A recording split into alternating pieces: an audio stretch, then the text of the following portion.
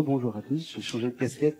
Je deviens le modérateur de cette conférence inaugurale des rencontres du développement durable qu'on a intitulée à la mi-temps de l'agenda 2030, investir dans la planète et les peuples. Je suis très très heureux de vous présenter les orateurs et les oratrices qui sont à mes côtés pour cet échange. Je vais faire dans un ordre géographique plutôt que protocolaire ou alphabétique, ça sera plus simple pour moi. Je vous présente pour ceux qui ne la connaîtraient pas. Amélie de Montchalin, ancienne ministre, ambassadrice de France auprès de l'OCDE. OCDE qui est d'ailleurs un des partenaires des rencontres du développement durable. Merci beaucoup, chère Amélie, d'être avec nous. Juste ici, à ma droite, Aurélien Donnet, directeur général délégué d'Acted, une des plus grandes ONG au monde, présente dans un nombre incalculable de pays. Je ne dévoilerai pas les chiffres parce que tu les maîtrises mieux que moi. Juste après, Beate Andres, qui est la directrice régionale de l'OIT pour l'Europe et l'Asie centrale, donc une couverture de 51 pays. C'est un honneur de pouvoir vous recevoir malgré le nombre de fuseaux horaires que vous avez à gérer dans votre emploi du temps. Merci beaucoup. Et plus loin encore, mais très proche malgré tout, Didier Babin, président du MAB France, MAB Man and Biodiversity. Et donc Didier va nous parler aussi d'environnement. On a le pilier économique, le pilier social, le pilier environnemental qui vont nous permettre de traiter ce sujet dans la discussion que nous allons avoir et qui est lancé par le ministre Becht, le ministre délégué chargé du commerce extérieur, de l'attractivité et des Français de l'étranger auprès de la ministre de l'Europe et des Affaires étrangères qui a fait une petite vidéo pour ce débat. Mesdames et messieurs, je voudrais d'abord adresser un grand merci à l'Institut Open Diplomacy pour son invitation et saluer chaleureusement les participants et intervenants de ces rencontres du développement durable. Je regrette vivement de ne pas être présent parmi vous. Avant que Beate Andres, Amélie de Montchalin, Didier Babin et Aurélien Donnet n'échangent sur le thème « Investir dans la planète et les peuples » à la mi-temps de l'agenda 2030, je voudrais tenir un bref propos introductif.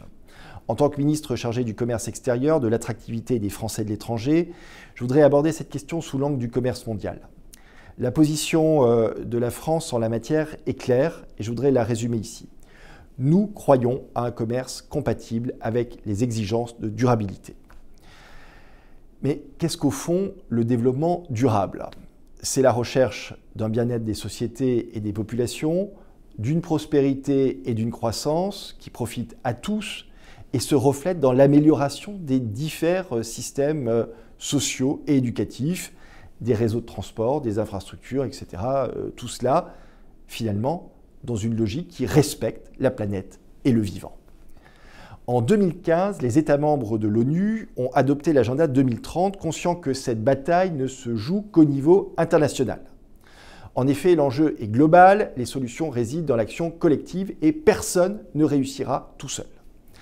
Je voudrais rappeler le rôle essentiel, je dis bien essentiel, du commerce et des échanges économiques dans l'amélioration de la qualité de vie des populations. Autrement dit, je voudrais rappeler que la protection de la planète et la croissance ne doivent pas être opposées et que le commerce mondial, n'en déplaise à tous ceux qui, avec des arguments divers, se font les chantres du protectionnisme, est un vecteur de prospérité et donc un élément de réponse aux défis du développement durable. Il représente même une opportunité majeure pour le relever. Première preuve, c'est que le commerce mondial, nous pouvons encore en façonner les règles pour les rendre plus respectueuses de l'humain et de la planète. Depuis 2017, le gouvernement français a œuvré à refonder la politique commerciale de l'Union. Cela a amené à des avancées dans plusieurs textes ambitieux en matière de durabilité du commerce mondial, qui soutiennent par exemple la lutte contre la déforestation. Nous poursuivons en parallèle nos efforts en européen pour faire aboutir d'autres initiatives importantes, visant par exemple à interdire l'importation en Europe de produits issus du travail forcé ou encore du travail des enfants. Je porte également cette conviction au niveau multilatéral, récemment en Inde à l'occasion du G20 Commerce, où nous avons échangé sur la nécessité et les moyens d'atteindre un commerce durable, inclusif et résilient. Le système multilatéral peut servir cette ambition. Nous avons obtenu des premiers résultats à l'OMC et nous continuerons à pousser l'organisation à se saisir pleinement de cet enjeu. La deuxième preuve, c'est qu'en allant vers une économie décarbonée, nous créons des emplois dans l'industrie verte ou la santé, ce qui veut dire donner à nos entreprises un avantage comparatif dans un contexte de forte concurrence à l'échelle mondiale. Dans le plan Oser l'export que j'ai présenté le mois dernier pour inciter nos PME à exporter, j'ai d'ailleurs prévu des financements export facilités pour les projets verts. Enfin, troisième preuve, et je m'en arrêterai là, même si c'est loin d'être la dernière, c'est que quand nous élevons nos propres standards, nous poussons aussi nos partenaires à accélérer leurs propres engagements. Le commerce est donc bel et bien un vecteur de coopération et de partage des valeurs à l'échelle internationale. C'est dans cet esprit que nos accords commerciaux, depuis l'accord UE Nouvelle-Zélande, signé l'été dernier, offrent une place de choix à la question du développement durable. Nous poussons cette approche dans les négociations en cours, comme par exemple avec l'Australie ou encore avec l'Inde. Je vous souhaite ainsi d'excellents échanges et j'espère vous dire à très bientôt de visu. Merci et belle journée. Alors cela nous permet, avec la contribution du ministère de l'Europe et des Affaires étrangères, qui est aussi partenaire de ces rencontres, de lancer la conversation. On avait prévu 40 minutes d'échange modérés pour faciliter l'arrivée de nos amis parisiens. On a pris 10 minutes de retard, donc on va rogner un petit peu sur les questions et la pause café vous permettra probablement d'échanger avec les orateurs d'une manière ou d'une autre pour qu'on puisse tenir le tempo et ça nous permettra de dérouler les 25 conférences qu'on a pendant 2 jours dans un temps respectueux. Ma première question pour traiter notre sujet s'adresse à vous, Madame Andrés, puisque voici quelques jours à l'Assemblée Générale des Nations Unies se tenait le fameux sommet pour les objectifs de développement durable auquel je faisais référence tout à l'heure, et le ministre Béchu avant moi. Cet événement était l'occasion de faire le bilan à mi-parcours de l'agenda 2030, donc des objectifs de développement durable, et peut-être pour être concret, zoomons tout de suite sur l'ODD numéro 8, qui porte sur le travail décent et la croissance économique, puisque l'OIT était chargé de dresser le bilan pour l'ODD 8. Alors, ma question est simple, comment est-ce que la réalisation de cet objectif a évolué depuis 2015 et qu'est-ce que le bilan de cet objectif spécifique parmi les 17 nous dit de l'état d'avancement un peu plus global de l'agenda 2030 en général? Merci beaucoup, M. Frien, et bienvenue. Merci d'avoir associé l'OIT à ce débat. L'OIT a suivi les débats à New York, était très impliqué dans ce débat avec les États membres et on salue l'adoption de cette déclaration dont on vient de parler, parce qu'elle a le mérite de mettre les défis sur les trois champs de bataille, si je peux utiliser ce mot, l'économie, l'environnement et la grande question sociale, la lutte contre la pauvreté et les inégalités. Et la déclaration offre aussi des réponses intégrées, y compris sur l'ODD 8. Voilà. Donc, si on regarde le texte et si on regarde les ODD plus généralement, pas seulement l'ODD 8, on voit vraiment l'ambition de converger les efforts des acteurs internationaux et nationaux, publics et privés, pour obtenir ces objectifs. Juste pour donner un exemple, l'Alliance 8.7 a rassemblé les entreprises, les gouvernements, les acteurs de société civile pour lutter contre le travail des enfants. Mais malheureusement, on constate, et on a bien entendu ça à New York, à mi-parcours des ODD, la situation est plutôt alarmante. Il y a plus d'1 milliard de personnes qui vivent dans une situation de pauvreté aiguë. Plus de 2 milliards de personnes qui travaillent dans l'économie informelle, surtout très souvent dans des conditions précaires, et très souvent ce sont des femmes. Et 4 millions, plus de 4 milliards de personnes qui ne bénéficient d'aucune protection sociale. Donc ce sont des chiffres énormes, des défis énormes. Et donc, on a vraiment du travail encore à faire. Et évidemment, on a déjà entendu l'argument, on a eu la pandémie, il y a les guerres, notamment en Ukraine. Mais c'est pas la seule explication de cette situation sombre. Parce que nous, en France, on recherche encore trop souvent la croissance économique au détriment du bien-être des populations et de l'environnement. Or, on sait que cela ne marche pas. Et on voit ça très bien dans le concept de travail décent qui est dans l'ODD. Donc, il faut vraiment retrouver l'approche initiale des ODD, de considérer, par exemple, que la qualité d'emploi et la protection sociale sont des facteurs de développement durable et ce ne sont pas des coûts et des conséquences à attendre de la croissance économique. Et donc, il faut s'investir à les capacités humaines, le dialogue, la solidarité et surtout, et ça c'est le concept quand nous, l'OIT souligne, c'est le rôle positif du dialogue social, du tripartisme, ça veut dire que les partenaires gouvernement peuvent travailler pour s'attaquer aux 3 grands défis que je viens de citer. Merci beaucoup, Madame Andrés. Aurélien, je me tourne vers toi. Le constat global, on vient de le dire, qui se dégage, et que les ODD sont plutôt à la peine. 85% des indicateurs, je le disais tout à l'heure, sont au rouge. Il semble que pour la mi-temps du match du siècle, on soit largement dominé au score. Et il se trouve qu'Acted intervient sur tous les 5 continents. Enfin, je n'ai pas vu d'endroit où vous n'étiez pas présent.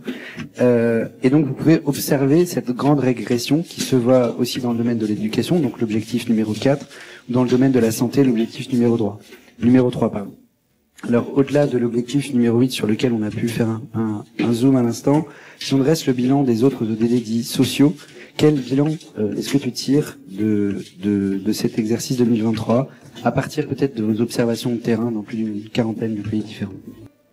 Merci beaucoup déjà d'inviter Acted à cette table ronde et d'échanger sur cet grand enjeu qui sont les objectifs du développement durable.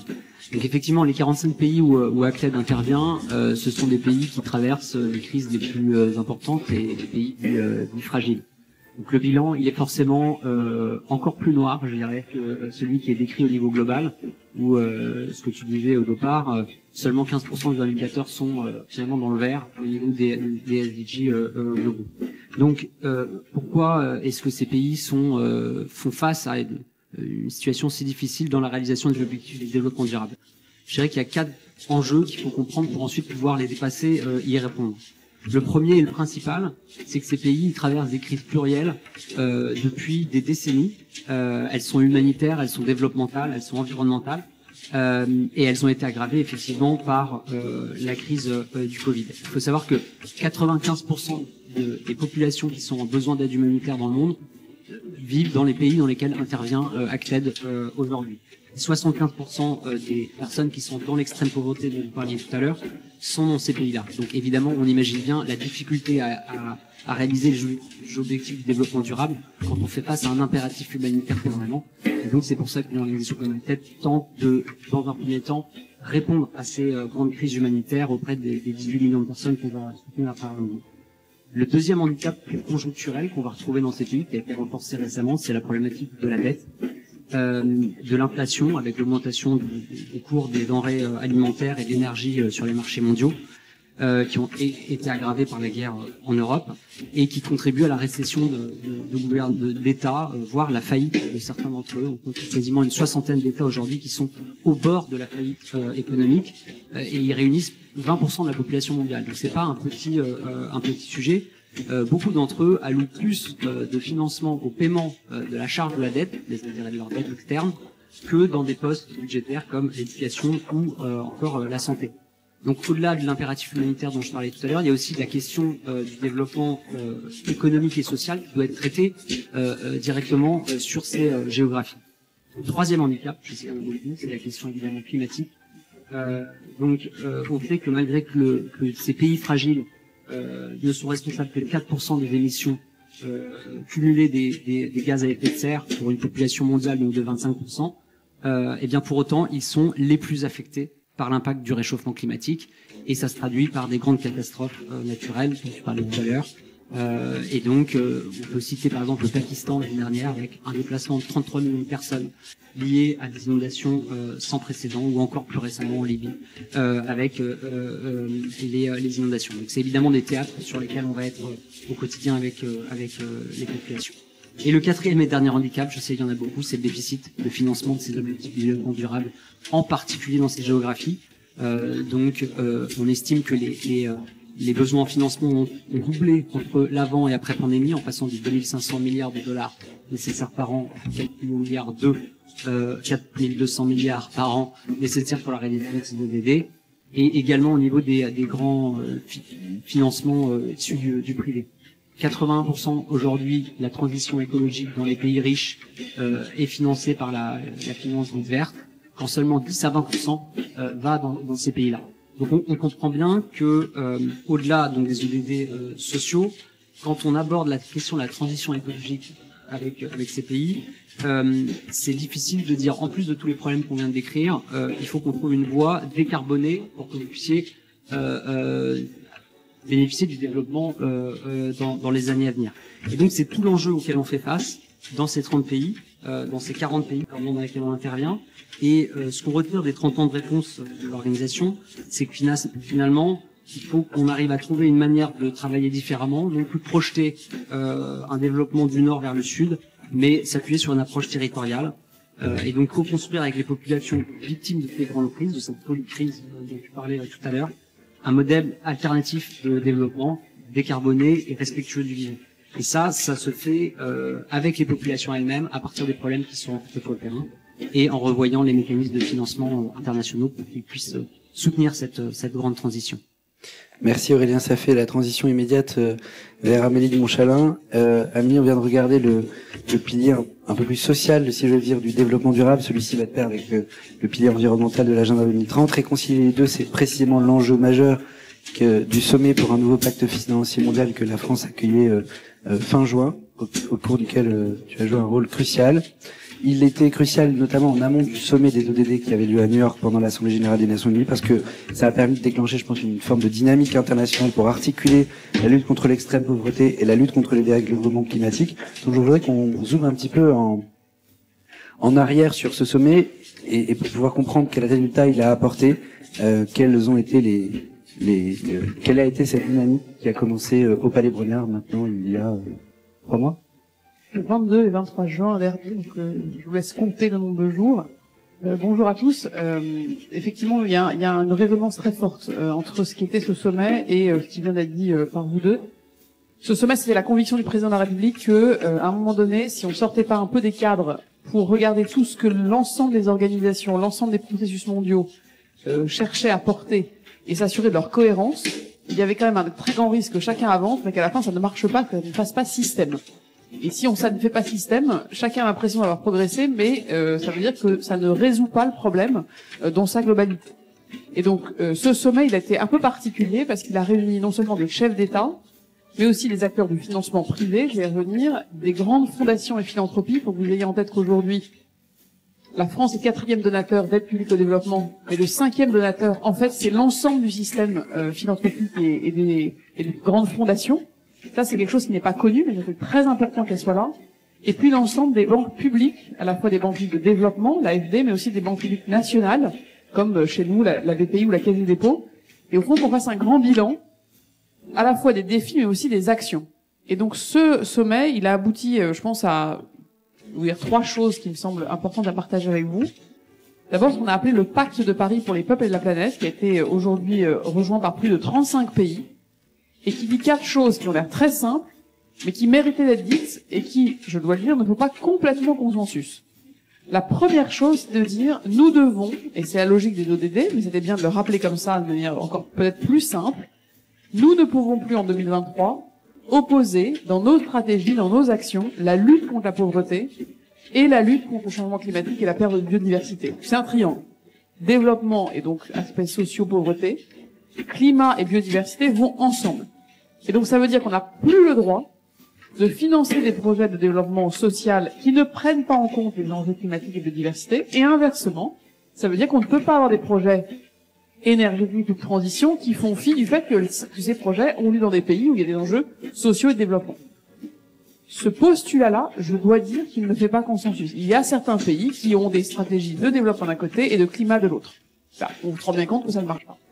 Deuxième principe, et c'est tout à fait en lien avec ce qui vient d'être dit, nous ne pouvons plus envisager une stratégie développement, climat, biodiversité qui ne repose pas sur des choix des pays. C'est très français, parce qu'en France, depuis maintenant plusieurs décennies, voire siècles, on croit à l'État-nation.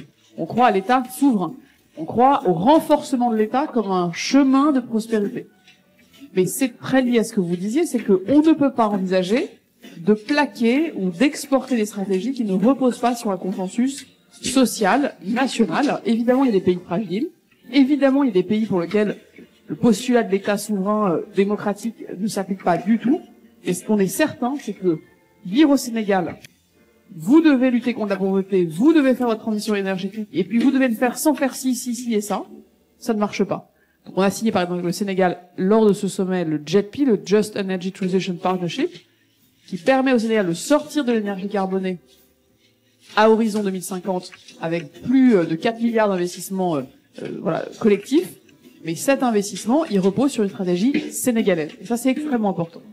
Troisième principe, c'est qu'il faut plus d'argent public et qu'il faut surtout mieux utiliser l'argent public que l'on déploie. Nous, la France, aujourd'hui, on a 0,56% de notre PIB en aide publique au développement. On a plus de 1% de notre PIB en ce qu'on appelle le TOSD, le Total Official Support for Sustainable Development. C'est un nouvel indicateur que l'OCDE calcule. Mais cet argent, il faut être sûr qu'il est mobilisé. Il y a aujourd'hui des fonds, notamment des fonds pour le climat, où quand 1 euro sort de notre poche, de nos impôts et vont dans ces fonds, parfois arrive péniblement 50 centimes, 60 centimes sur le terrain, avec un décalage dans le temps qui fait que les pays à un moment donné en développement nous disent vous êtes gentils, mais en fait votre truc ça ne marche pas. Et c'est très frustrant pour nous aussi, parce que c'est de l'argent public qu'on mobilise et qui ne va pas là où on doit aller. Donc il y a à la fois plus d'argent en volume et une meilleure utilisation de l'argent tel qu'il est mobilisé. C'est la réforme aussi de la Banque mondiale qui est derrière cet objectif. Et puis quatrième principe, c'est qu'il nous faut beaucoup plus d'argent privé. On ne résoudra pas le choc de financement pour le développement durable et pour le climat uniquement avec de l'argent public. J'ai été parlementaire, j'ai été ministre, personne ne peut croire que quiconque dans vos doutes peut aller au Parlement et dire en fait ce qu'on doit faire, c'est qu'on va multiplier par 20 l'aide publique au développement. On doit le multiplier sûrement, on doit le faire croître sûrement, c'est d'ailleurs la stratégie française, mais personne ne croit qu'aux États-Unis, en Angleterre, au Japon ou ailleurs, on va multiplier par 20 l'aide publique au développement et que ça va tout résoudre. Donc on ne peut pas non plus envisager des stratégies publiques qui sont orthogonales aux actions du secteur privé, qu'il soit international ou qu'il soit local. Et donc, le quatrième principe de ce pacte, c'est comment on arrive à réaligner nos flux financiers internationaux avec nos objectifs, mais c'est aussi comment on arrive à mieux prélever l'impôt dans les pays. Le Nigeria prélève 5% d'impôt sur son PIB. La France est 46. Mais entre 5 et 46, vous avez une moyenne dans l'OCDE qui est à peu près 30%. On se rend compte aujourd'hui que les pays qui ont le plus de richesses minières et fossiles sont les pays qui ont le moins de revenus publics. C'est un sujet donc d'argent privé, c'est un sujet de fiscalité. On se rend compte aussi que dans ce secteur privé, la régulation financière qui a été mise en place depuis 2008 n'est pas alignée avec nos objectifs de développement. C'est-à-dire qu'elle est alignée peut-être avec un peu de verdissement dans nos pays, et de plus en plus, et c'est très bien, mais elle a enfermé l'épargne de plus en plus des pays de l'OCDE vers l'OCDE. Donc au fond, on a créé une forme de barrière invisible qui fait que l'épargne du Nord, si on l'appelle comme ça, va de moins en moins en dehors de l'OCDE. Donc ces 4 piliers, ils ont l'avantage d'être, je crois, simples, son souvenir. Ils ont l'avantage d'être extrêmement clairs dans la direction. Et donc le deuxième résultat de Paris, et je sais d'être très rapide, c'est qu'on a transposé ce pacte en une feuille de route extrêmement précise et scandée sur tout ce que nous devons dans le système multilatéral faire dans les 18 prochains mois. Pas juste une déclaration. On dit voilà la déclaration, et si on se croit à ça, voilà ce qui doit se passer à la Banque mondiale, aux assemblées générales de Marrakech la semaine prochaine. Voilà ce qui doit se passer à la COP. Voilà ce qui doit se passer aux diverses réunions des Nations Unies. Et donc nous, France, avec nos 30 pays alliés, on vérifie, on se mobilise et on essaie de tenir la mise en œuvre de cet pacte. Et troisième chose qui s'est passée, c'est qu'on a une déclaration, c'est la première fois que tout le système, les grandes fondations et philanthropies du monde entier, pas que les grandes américaines, ont signé un accord ou un communiqué qui disent qu'eux aussi s'engagent dans cette voie-là. Et c'est très important parce que Si on a des acteurs non gouvernementaux qui tous font des choses formidables, mais qui viennent à chaque fois avec d'autres stratégies, d'autres approches, là on risque en fait de perdre beaucoup de temps et de diluer beaucoup de notre énergie. Merci beaucoup Amélie, c'est crucial. Des principes, une feuille de route, des engagements partagés, c'était l'enjeu de ce sommet pour un nouveau pacte financier mondial et comme tu l'as dit, il s'exporte dans différentes étapes qui viennent. La semaine prochaine, les assemblées du FMI et de la Banque mondiale. Et au préalable, il y avait évidemment le G20 de Delhi, au cours duquel le secrétaire général des Nations Unies plaidait très fort pour un plan de sauvetage financier des objectifs de développement durable, le fameux SDG Stimulus. Alors désolé, vous avez découvert plein de mots onusiens au fil de la conversation. Et donc un plan d'investissement dans les objectifs de développement durable qui devait être porté à hauteur de 500 milliards de dollars par les États du G20 chaque année d'ici à la fin de l'année de l'agenda 2030. Ça a été accepté par les États du G20. Ça a été confirmé par le secrétaire général des Nations Unies lors du sommet pour les ODD la semaine dernière, il y a 2 semaines, pardon, à l'Assemblée générale des Nations Unies. Didier, toi qui as fait partie des négociations des objectifs de développement durable, notamment sur le volet biodiversité, est-ce que tu penses que ce plan de SDG Stimulus sera suffisant ou est-ce qu'il faudrait travailler à d'autres mesures économiques? Je pense notamment dans le domaine des subventions néfastes. Oui, merci beaucoup Thomas, merci, bonjour à tous, donc très honoré d'être parmi vous. Je représente le réseau des réserves de biosphère françaises, qui sont les sites désignés par l'UNESCO, et cela depuis 1977 à travers le monde.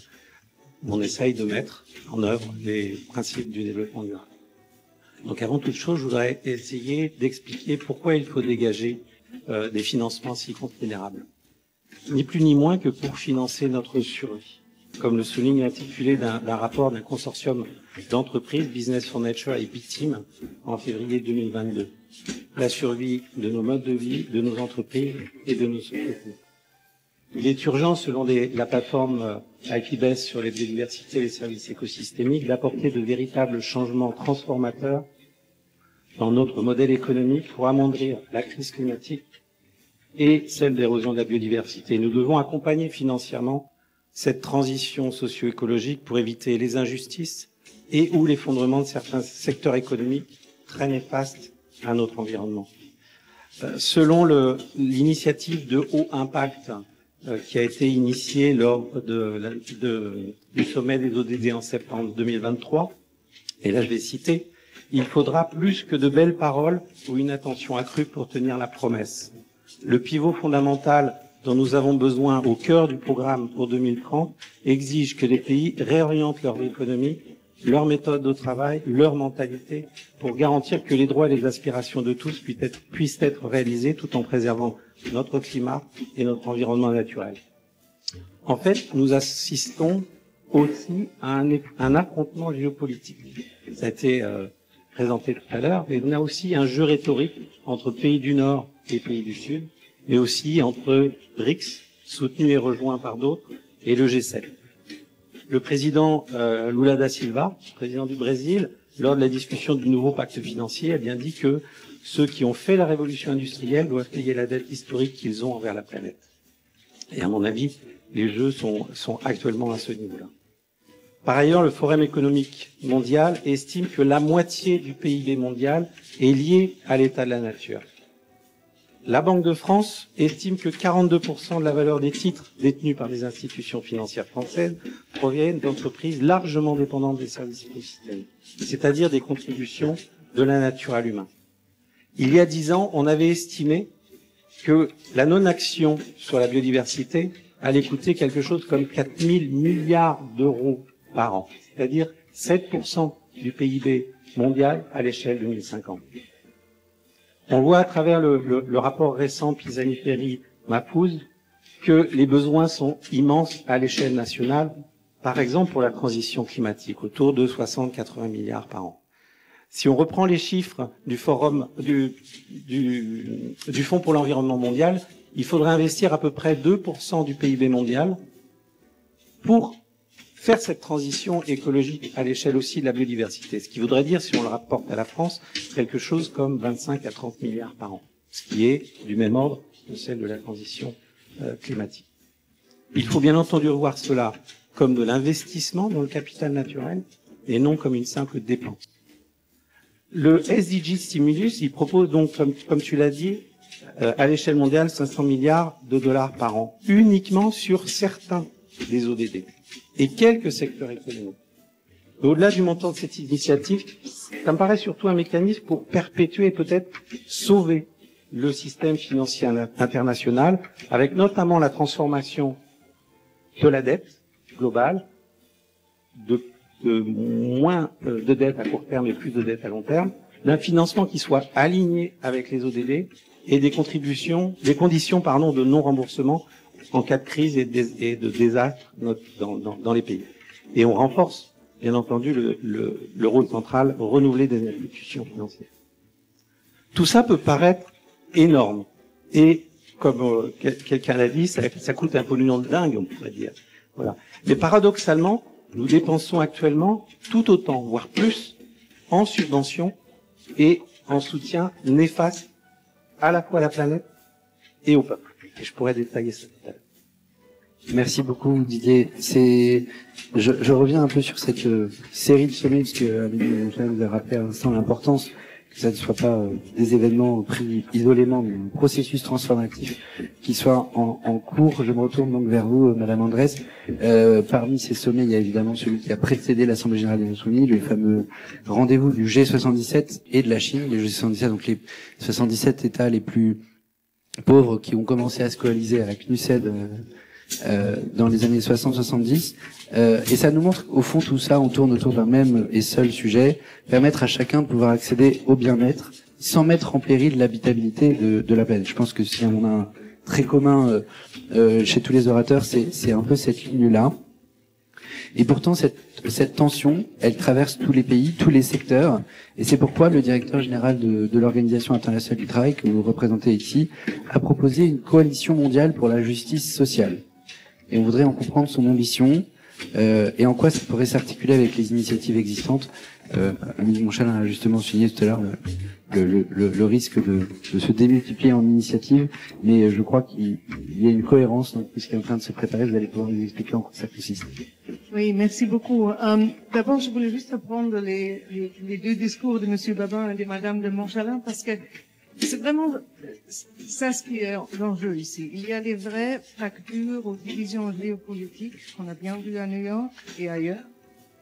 Et il y a ce débat où le risque qu'on privilège la lutte contre la pauvreté ou la lutte contre le changement climatique, l'un ou l'autre, et on ne va pas les deux lier en fait. Donc c'est ça l'enjeu.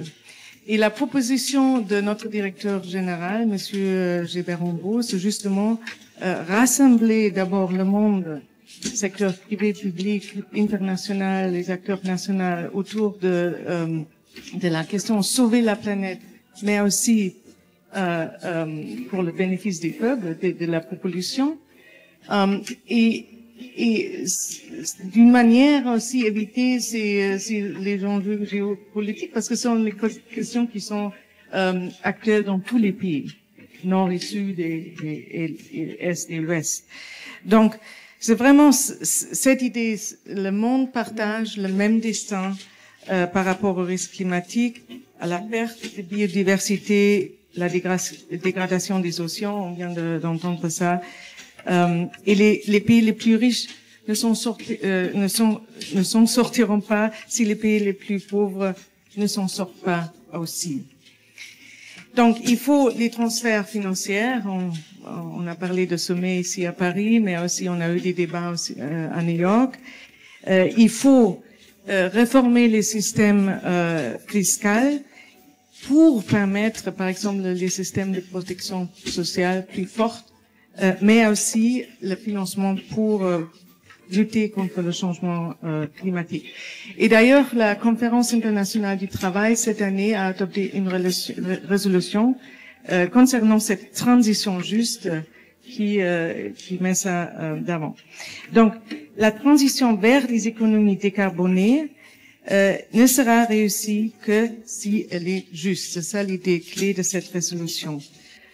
Or, les plus pauvres sont aujourd'hui les plus impactés par le changement climatique, du fait de leur sensibilité forte à l'augmentation des prix alimentaires, de l'énergie et aussi au risque de perdre leur travail.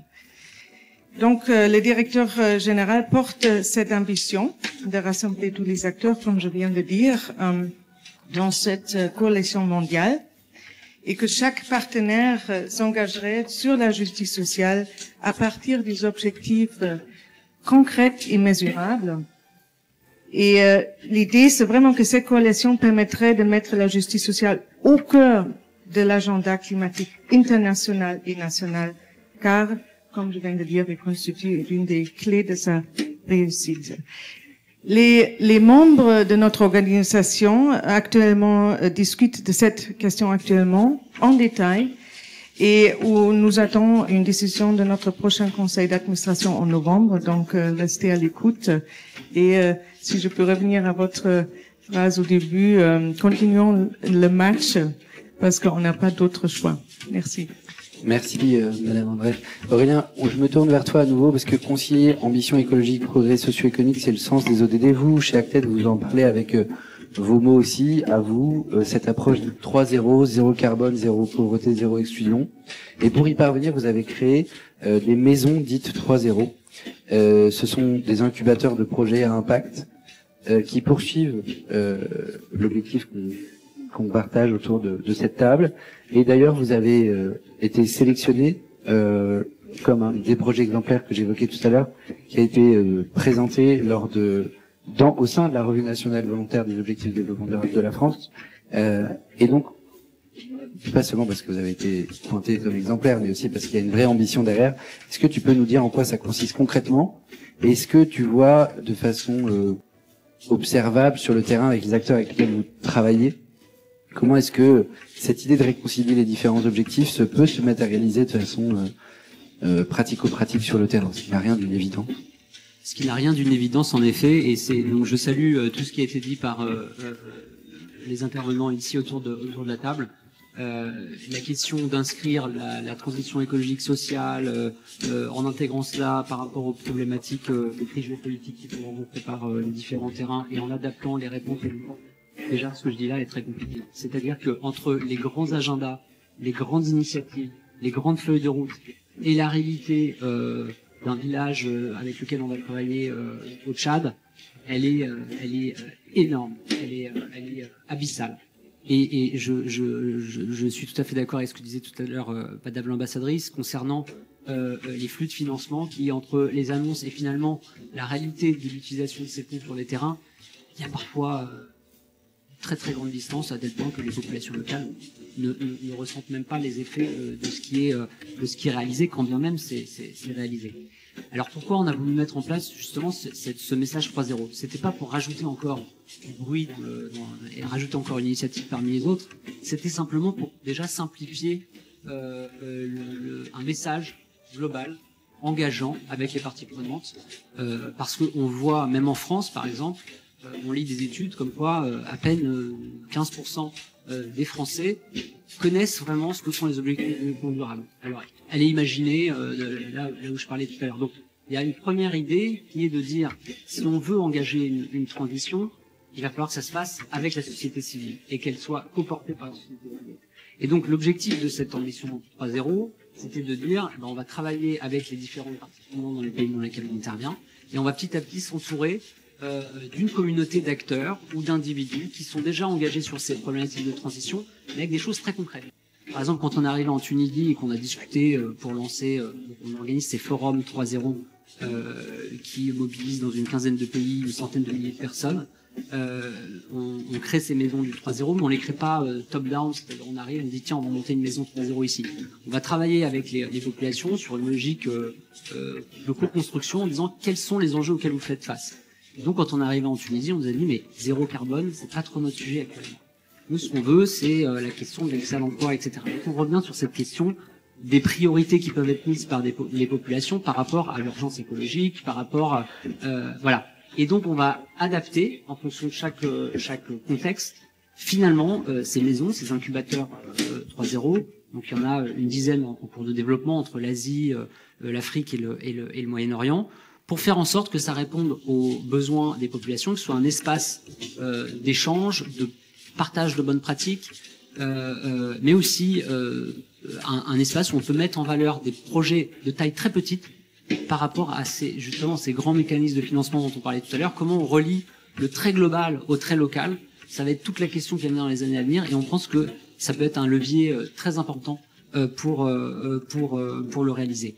Et donc toujours mettre en avant cette injonction contradictoire entre rompre l'extrême pauvreté, créer de l'emploi, sans pour autant détruire la planète, de manière très concrète et locale. Des initiatives existent, ça fonctionne, mais elles vont être très différentes d'un pays à l'autre, elles vont être très différentes d'une zone à l'autre. Merci beaucoup Aurélien. À l'instant, tu parlais de la complexité, de l'enjeu de la simplification que vous aviez choisi en choisissant cette formule 3.0. Ça nous rappelle une belle Coupe du Monde. Didier, de ton côté, tu portes, et je pense que on l'a en partage, l'idée de se dire que si on subdivise les objectifs les uns par rapport aux autres, ils font pas un tout supérieur à la somme de ces parties, et donc l'agenda 2030 qui a été adopté par les 193 États des Nations Unies il y a 8 ans maintenant. Est-ce que tu peux, sans revenir sur l'importance de parfois savoir simplifier pour pouvoir toucher et mobiliser, nous rappeler pourquoi c'est important d'avoir cette approche holistique, et surtout comment y parvenir, parce que concrètement, c'est pas évident de parler de 17 objectifs à la fois dès qu'on a une conversation. Oui, effectivement, c'est pas très simple, mais en fait, pour revenir à l'idée des ODD de départ, le but premier de l'agenda pour 2030, c'était de mettre l'ensemble des décisions internationales déjà prises par les gouvernements et les stratégies des différents organes constituant le système onusien en cohérence autour d'une ambition, c'était UN as One. Et c'était l'idée que ça donnerait plus de force, y compris à l'échelle de chaque pays, d'intervention des Nations Unies. En fait, il n'y a pas beaucoup de choses très nouvelles dans les ODD. On a essentiellement cette mise en cohérence et la recherche d'un certain nombre de synergies. Mon travail à l'époque a été d'intégrer la stratégie mondiale biodiversité établie par les pays en 2010 à Nagoya, donc les fameux objectifs d'Aichi pour la biodiversité, dans l'ODD 15 et l'ODD 14. Et parallèlement, on a essayé d'insuffler, en coordination avec l'ensemble des équipes techniques des Nations Unies, les interactions positives entre la biodiversité et la protection de la nature avec les autres ODD. Sur la réduction de la pauvreté, sur la question de la sécurité alimentaire, des ressources génétiques, sur la protection des cours d'eau, sur les infrastructures vertes, sur la réduction des risques naturels, sur les espaces de nature en ville. Maintenant, c'est encore plus important pour les questions de climat, sur la consommation et la production durable, et bien entendu sur les questions de climat. C'était la commande qui était faite à l'équipe technique des Nations Unies par les deux ambassadeurs qui préparaient le texte de négociation des futurs ODD entre 2013 et 2014. Toutes les organisations onusiennes ont joué le jeu. Enfin, presque toutes. Il y en a une qui n'a pas joué le jeu. Et c'est pour ça qu'on a autant d'ODD. Voilà. Parce qu'à un moment, elle a dit, nous, on a un sujet plus important que les autres, donc on ne rentrera pas dans le jeu là. Et les interactions sont si nombreuses qu'il serait contre-productif de prendre des mesures et d'engager des actions dans un domaine donné sans considérer les conséquences sur les autres. C'est pour ça qu'on a besoin de cette approche systémique et holistique. Mais malheureusement, c'est encore difficile dans certains cas. C'est trop souvent par méconnaissance, par intérêt de certains lobbies ou par habitude qu'on va jouer un secteur ou une thématique contre l'autre. Et c'est notamment le cas avec les subventions néfastes vis-à-vis de l'environnement. Je vais citer quelques chiffres par rapport à ça. La première, c'est que 400 milliards d'euros par an, selon l'OCDE, vont à des secteurs néfastes à l'environnement ou qui faussent les prix dans les domaines de l'agriculture, des pêcheries, des transports, de l'énergie, de l'eau. Selon la FAO, 450 milliards d'euros par an de mesures soutiennent la seule agriculture, ce qui fait à peu près 15% de sa valeur productive et qui pourrait être multiplié par 3 d'ici 2030. Et sur ces 450 milliards d'euros par an, la FAO estime que 87% de ces montants de subventions ont des effets délétères en termes d'équité et de destruction de l'environnement. Je cite le rapport de la FAO. La majorité des subsides sont biaisés en faveur de politiques néfastes pour la nature, le climat, la nutrition et la santé, tout en désavantageant les femmes et les petits paysans du secteur. Donc, vis-à-vis de ça, nous avons besoin d'un changement, j'allais dire, de paradigme. Alors, je vais reprendre une expression qui a été utilisée par Bruno Le Maire il y a quelques jours. Il a dit qu'il fallait arrêter avec les mesures Shadok, qu'il a exprimées dans le terme vis-à-vis des politiques de soutien aux carburants et aux énergies fossiles. Mais c'est aussi le cas pour la protection de la nature et l'utilisation durable de la biodiversité, bien entendu. Donc il me semble important aussi de sortir de l'illusion qu'on peut substituer le capital naturel par du capital humain et ou du capital économique et financier. La planète a des limites qui sont de plus en plus atteintes, voire dépassées selon les scientifiques. Et je ne pense pas qu'on puisse raisonnablement imaginer s'implanter ailleurs dans l'univers, même si certains fous proposent cette solution. Donc il est souhaitable d'intégrer la notion de soutenabilité forte, donc sans substituabilité des capitaux, dans la logique des financements bilatéraux et internationaux. C'est ce que est en train de développer notamment l'Agence française de développement sur un certain nombre de projets. Bien entendu, il faut aller au-delà du court-termisme, et ça c'est facile à dire, c'est toujours très compliqué dans des contextes économiques qui sont difficiles, à la fois on le voit dans nos pays, mais encore plus dans les pays du Sud. Et surtout, c'est difficile aussi pour un personnel politique qui est soumis à des élections par définition rapprochées. Et donc, proposer du long-termisme, j'allais dire, c'est quelque chose qui est quand même très difficile et il faut être très fort politiquement pour le faire. Dans notre souci d'investir pour la planète et les peuples, nous pouvons peut-être être guidés par un principe de justice à la fois intra- et intergénérationnel. Nous le devons, à mon avis, aux humains, et surtout aux humains qui sont les moins avantagés. Nous le devons aux générations qui nous succéderont et qui risquent de souffrir de nos décisions actuelles, voire de nos non-actions actuelles. Et bien entendu, nous le devons aussi aux êtres vivants non humains avec lesquels nous partageons un destin commun. Merci Didier. Une dernière question pour toi, Amélie. 17 objectifs de développement durable, agenda 2030, 3.0, agenda de Paris pour la planète et les peuples, you name it, on a la liste. Au fond, peu importe la dénomination, la transformation qui est en cours se résume à ce souhait de pouvoir encadrer transition écologique, justice sociale. C'est pas tout à fait évident, et Aurélien l'a sous-entendu tout à l'heure. Il y a désormais plus d'une cinquantaine d'États qui sont considérés comme sur le point d'être surendettés selon le FMI. Tu l'as évoqué tout à l'heure, la semaine prochaine s'ouvrent les assemblées du FMI, la Banque mondiale à Marrakech. La France soutient une réforme de l'architecture financière internationale pour mieux tenir compte de cette réalité. C'est au cœur du sommet dont tu parlais tout à l'heure.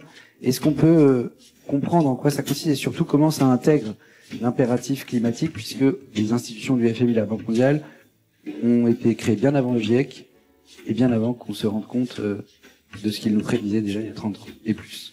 Non, je vais essayer d'être la plus concrète possible, parce qu'on peut se perdre dans les concepts et la théorie. L'exemple du Pakistan a été donné.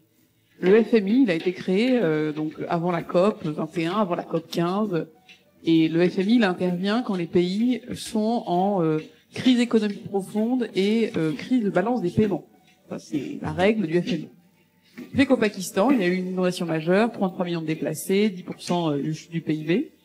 Et en fait, le FMI, il a fallu qu'il attende que ça soit une crise qui réponde à ces critères pour se dire je vais arriver.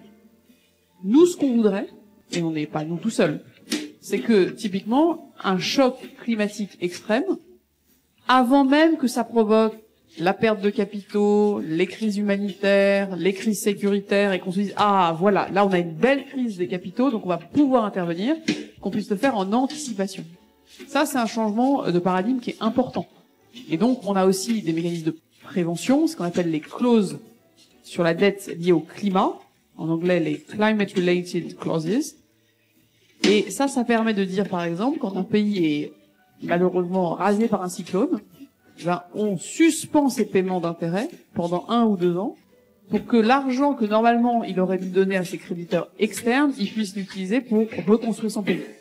C'est notamment la Barbade, Mia Motley, qui pousse ça, qui dit, moi, je suis un pays de revenus intermédiaire. Jusqu'à maintenant, je ne demande pas de l'aide publique au développement. Mais si vous me laissez être, malheureusement, du fait du changement climatique, être impacté par des cyclones majeurs tous les 5 ans, bah, il y a un moment donné, ma pauvreté va s'accroître.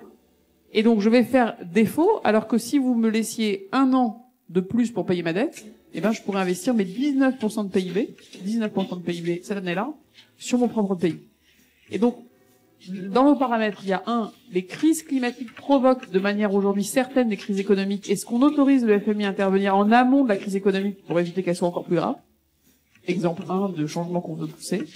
2, est-ce qu'on peut mettre dans le système à la fois de la dette publique et privée que quand il y a une crise climatique, il vaut mieux pour tout le monde, y compris financièrement, qu'on laisse le pays réinvestir dans sa reconstruction, dans sa population, pour éviter qu'il fasse défaut, parce que sinon c'est sûr qu'on va perdre de l'argent, alors que là on peut donner l'option de le retrouver, quitte à ce que ça prenne 1 an ou 2 ans de plus. Et puis on a une vision aussi, et ça c'est très lié à ce que l'OCDE fait historiquement, de sortir d'une vision purement arithmétique du sujet du développement. Aujourd'hui l'OCDE fait des grands tableaux de PIB moyen par habitant et classe les pays en groupes. Il y a les pays éligibles à l'aide publique au développement, il y a les pays un peu éligibles à l'aide publique au développement et les pays pas éligibles du tout. Et quand j'étais au Brésil pour préparer ce sommet, il y a une phrase qui m'a été dite que je partage avec vous parce que je crois qu'elle dit toute notre complexité. Il y a plus de pauvres dans une rue à Copacabana que sur certaines petites îles du Pacifique. Sauf qu'aujourd'hui, notre système, il oppose le Brésil et les îles du Pacifique. Parce qu'il dit aux îles du Pacifique, vous êtes pauvres, vous avez droit à l'aide, mais vous, le Brésil, regardez, en moyenne, vous êtes plus riche, vous êtes pays à revenus moyens, voire moyens supérieurs, vous n'avez plus le droit à l'aide. Et donc c'est comment on sort d'une logique purement arithmétique, où on crée des paquets de pays, on leur dit vous avez droit ou pas, à une logique où on s'occupe des populations, des territoires, donc on peut dire, bah, il y a des endroits, oui, où le Brésil, tout seul, n'a pas les moyens de faire, mais inversement, il y a des endroits où il peut attirer des capitaux privés, donc là, on va plutôt aller sur cette option-là, et inversement, il y a des îles du Pacifique qui ont besoin d'être soutenues sur tel enjeu et peut-être pas sur tel autre. Et au fond, c'est comment on différencie, comment on parle du terrain, comment on parle des besoins. Ça paraît simple à dire, nos institutions financières, elles n'ont pas été construites comme ça, elles n'ont pas été gouvernées comme ça, et pour nous, la France, on est aussi ouvert à réformer la gouvernance de ces institutions. Le Brésil va en faire un axe majeur de son G20 à venir. C'est-à-dire, comment voulez-vous, nous, qu'on fasse confiance, si là, vous prenez des décisions, on a au mieux un strapontin. Le Brésil veut rejoindre le Conseil de sécurité. Le Brésil veut rejoindre avec beaucoup plus dans l'actionnariat, notamment de la Banque mondiale et du FMI, avoir beaucoup plus de voix au chapitre. Le président l'a dit lors du sommet à Paris. Nous, on est prêt à être dilués. On est prêt en tant qu'actionnaire à laisser de la place aux autres. Ça nous semble essentiel parce que si on ne le fait pas, ces institutions qui sont quand même, au fond, ce qu'on a de meilleur, alors c'est pas parfait, mais c'est ce qu'on a de meilleur, ben, elles vont être décrédibilisées, c'est ailleurs que ça va se passer, c'est la Chine et d'autres qui vont prendre le lead, et on n'est pas très sûr que le résultat à la fin soit meilleur. Donc voilà un peu la logique.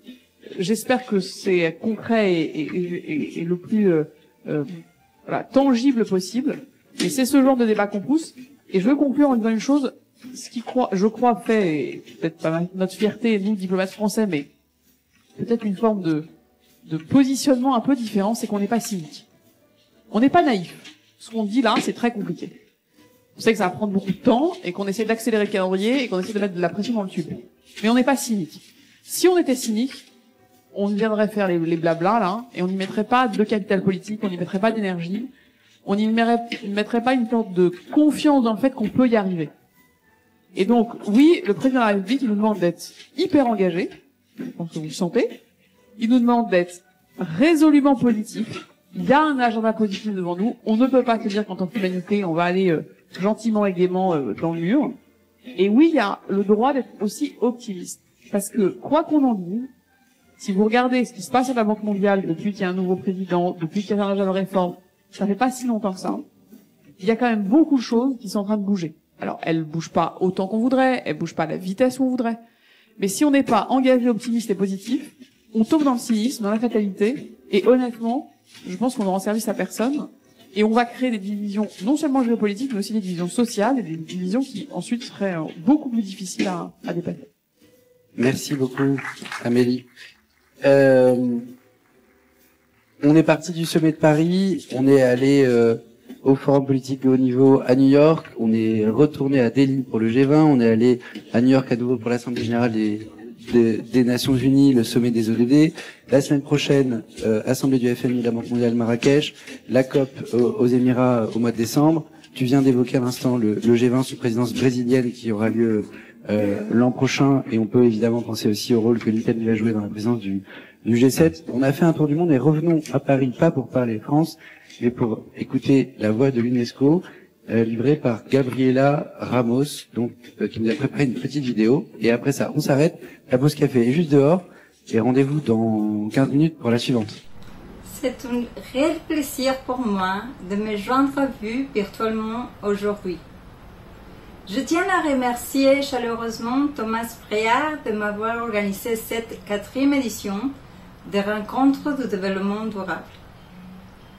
Alors que nous atteignons les points médians de l'agenda 2030, il n'a jamais été aussi crucial d'intensifier nos efforts de collaboration pour atteindre les ODD. Les progrès limités à ce jour suscitent de réelles inquiétudes, avec seulement 15% des objectifs en voie de réalisation. Sans action immédiate, nous resterons très loin de les objectifs. L'appel récent de notre secrétaire général en faveur d'une SDG Stimulus s'inscrit dans cette urgence, et aussi cette discussion que nous avons aujourd'hui. Les écarts de développement persistent et s'agrandissent pour les économies les moins avancées, tandis que les inégalités de revenus et de richesses demeurent extrêmement élevées dans tous les pays. Selon les tendances actuelles, 575 millions de personnes vivront toujours dans l'extrême pauvreté en 2030. Par ailleurs, on estime qu'il faudra presque 300 années pour combler les écarts de genre. Parce que si on n'avance pas, on recule. De même, les températures mondiales pourraient atteindre ou dépasser le seuil critique de 1,5 d'ici à 2035.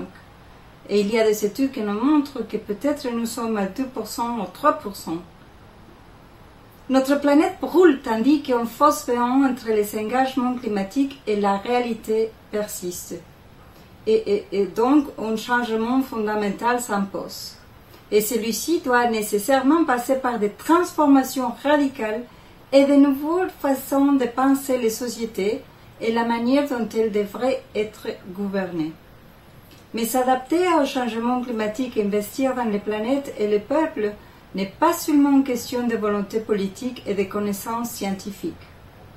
Cela exige également une approche plus audacieuse, inclusive et éthique en matière de développement. Nous avons besoin d'un autre modèle de développement.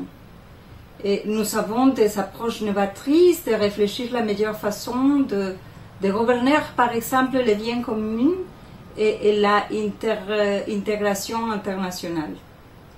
La relation avec la nature et aussi pour organiser notre action collective. À l'UNESCO, par exemple, nous puissons davantage la multidisciplinarité issue des disciplines des sciences sociales et qui est tout aussi nécessaire et pareil que l'économie conventionnelle dans la planification du développement et de l'écologie. Les sciences sociales humaines peuvent nous apporter des éléments précieux pour la prise de décision. À cet effet, nous sommes, par exemple, très fiers de notre coalition Bridges, qui renforce les efforts des États membres dans leur poursuite de l'ODD. C'est une coalition qui mène ensemble beaucoup des institutions d'investigation, de recherche, universités, pour porter de nouvelles approches pour achever la transition climatique, mais surtout basées dans les humanités. Et plus inclusive aussi, car le poids de la responsabilité ne peut reposer exclusivement sur les épaules des décideurs politiques. Il doit être porté collectivement, ce qui rend la participation de tous les partis prenants indispensable. Nous sommes convaincus à l'UNESCO de l'impératif d'une participation élargie pour aborder ces défis. La société civile, la jeunesse, les femmes, tout doit être consulté. Et c'est pour ça que nous mettons en œuvre des initiatives telles que la collecte de connaissances des populations autochtones qui se trouvent en première ligne face au bouleversement climatique. N'oublions pas de même que 65 des 169 objectifs de développement durable sont directement liés aux jeunes. Nous faisons avancer ce travail à travers notre Fonds mondial pour la jeunesse et les comptes spéciaux multidonateurs associés. Pour soutenir les actions de la jeunesse dans les domaines environnementaux, parce qu'ils ont beaucoup des idées, beaucoup des initiatives qu'il faut vraiment avancer. Et nous avons besoin d'une approche éthique qui est solide et indispensable parce que notre engagement envers les ODD concerne également les valeurs fondamentaux qui guident nos actions, notamment dans la sphère numérique. Et à cet égard, l'UNESCO est fier d'avoir lancé les plus inclusifs, les plus larges efforts pour régler l'intelligence artificielle d'une manière éthique. Et cette gestion de l'AIA d'une manière qui aussi nous aide à avancer notre agenda environnemental et construire des sociétés plus inclusives et équitables. Si on laisse la technologie et la révolution numérique avancer sans cet encadrement éthique, ce qui va nous arriver, c'est que toutes les divergences, tous les écarts que nous avons dans le monde réel, simplement vont s'augmenter dans le monde numérique. Et nous avons aussi besoin d'assurer le mandat que nous avons à l'UNESCO de l'accès à l'information, à l'éducation de qualité et à la réduction des inégalités.